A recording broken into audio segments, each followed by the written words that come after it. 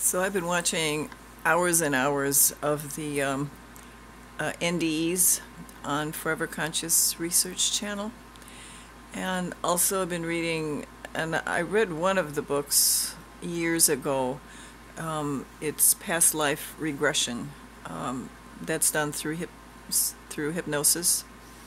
And it's becoming more and more clear that what happens after death and in between lives is total manipulation by the entities that run the place. And I mean, if you don't believe in reincarnation, then I guess this is not for you.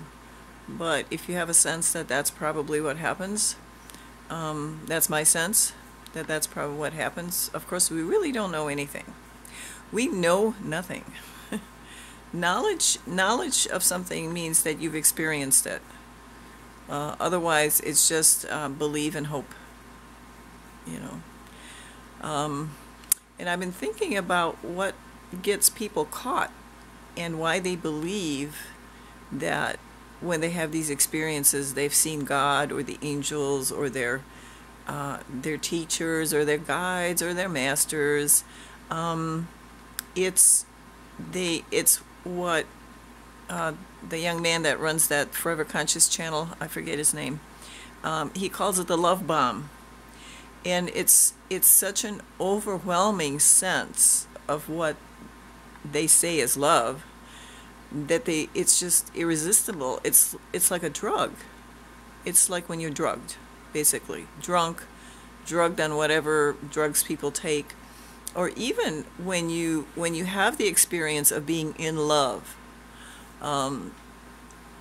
you just can't help yourself. You're so hyped up on adrenaline and some other fun hormones that run through our system. And so this is how they get us, by just associating that intense whatever it is as love. And of course we think love is a good thing. We've been I'm not saying it's a bad thing, but we've really been brainwashed to think it's good all the time.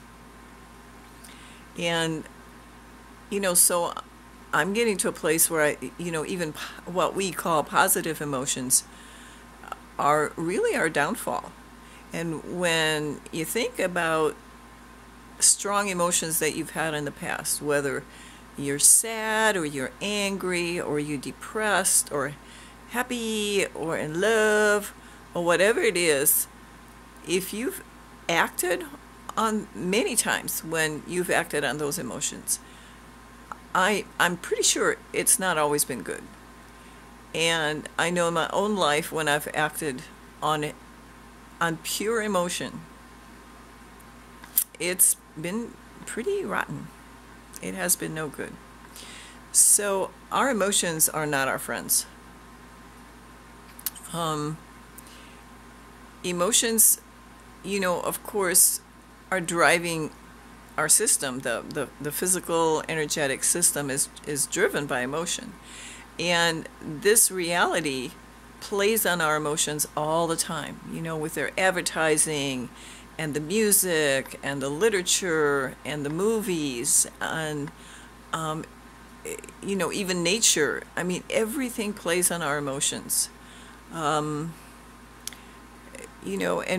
we do good things for each other, and a lot of times we do horrible things to each other. Wars are always emotion driven. Religions are emotionally driven. Everything is emotionally driven. If you buy a car or you buy a dress or you buy, everything is about emotions. So again, I always come back to meditation and the neutral place.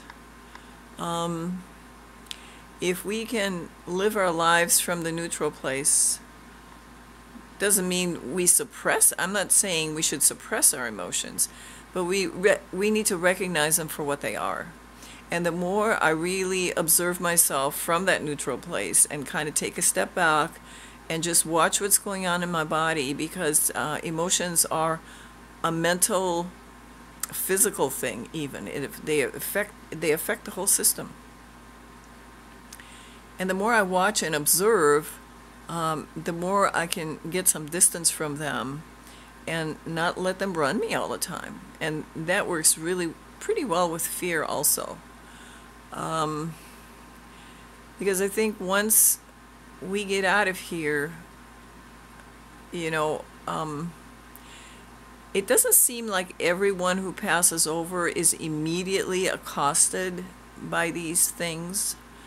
And it seems that if they're just kind of floating around relaxed and just kind of getting their bearings, whatever they focus on gets bigger, you know. So if they focus on this light thing, they're drawn towards it. They you know, they're giving it their attention.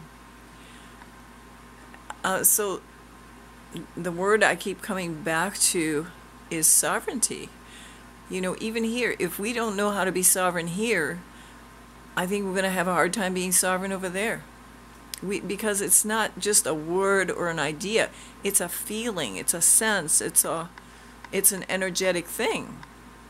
So we have to, I think, if we want to be sovereign on the other side, we need to know what it feels like here. Because you're not going to have your brain there to think about it. You know, you're going to have a sense and a feeling for it. And an energetic sense of it. So that's something I'm working on, you know, just sovereignty. Especially when fear comes up, and fear comes up so much these days. They love to put everybody in fear. I mean, that's pretty obvious. And so sovereignty here and sovereignty there. I don't think it's enough just say, no, I'm not going to do that. I mean, I think what needs to happen inside of me, at least, is what am I going to do instead? You know, the negative is okay. It's okay to say no, but what are you going to do instead? How are you going to feel instead? What's your goal instead of what you're being presented with? And so the feeling of sovereignty is what I'm going for. I think that's about it.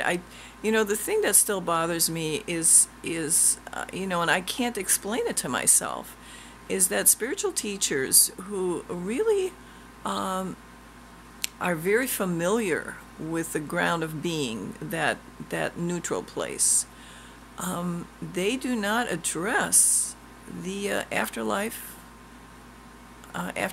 scenario. They seem to think that reincarnation is just fine and wonderful. You know, thousands of lifetimes to learn whatever, you know, to pick your nose or something. I don't know. That really kind of bugs me. Another thing, I got a new CD of an Adyashanti talk. And he mentioned when he was younger and meditating and really, looking for answers, he was sitting there one day and he had all this love just pouring in through the top of his head, and it was just a momentous, life-changing kind of experience, and it kind of freaked me out because he sounded just like the NDEers with their love, with the love bomb. So I don't know. I mean, I don't know what he experienced, but I'm wondering if the enlightened masters and teachers are just another one of their traps, Although I've heard one teacher say, he was from India, he said, when you die, don't go where it's warm and fuzzy. Just go where it's quiet and still. So, I don't know. It's hard to tell, but I think if we know what we want, and we develop it here and we practice it here while we're here, it should be fairly easy on the other side. And what they say, what you focus on expands. Be careful what you focus on here. And I remember Eckhart Tolle saying, keep part of your attention inside yourself. Don't give it all away. Don't be out there. Just part of it stays in all the time. So, those are all pointers that I have found valuable. That's about it. That's all I have for today. I hope everyone's doing well. Thank you for listening. Bye.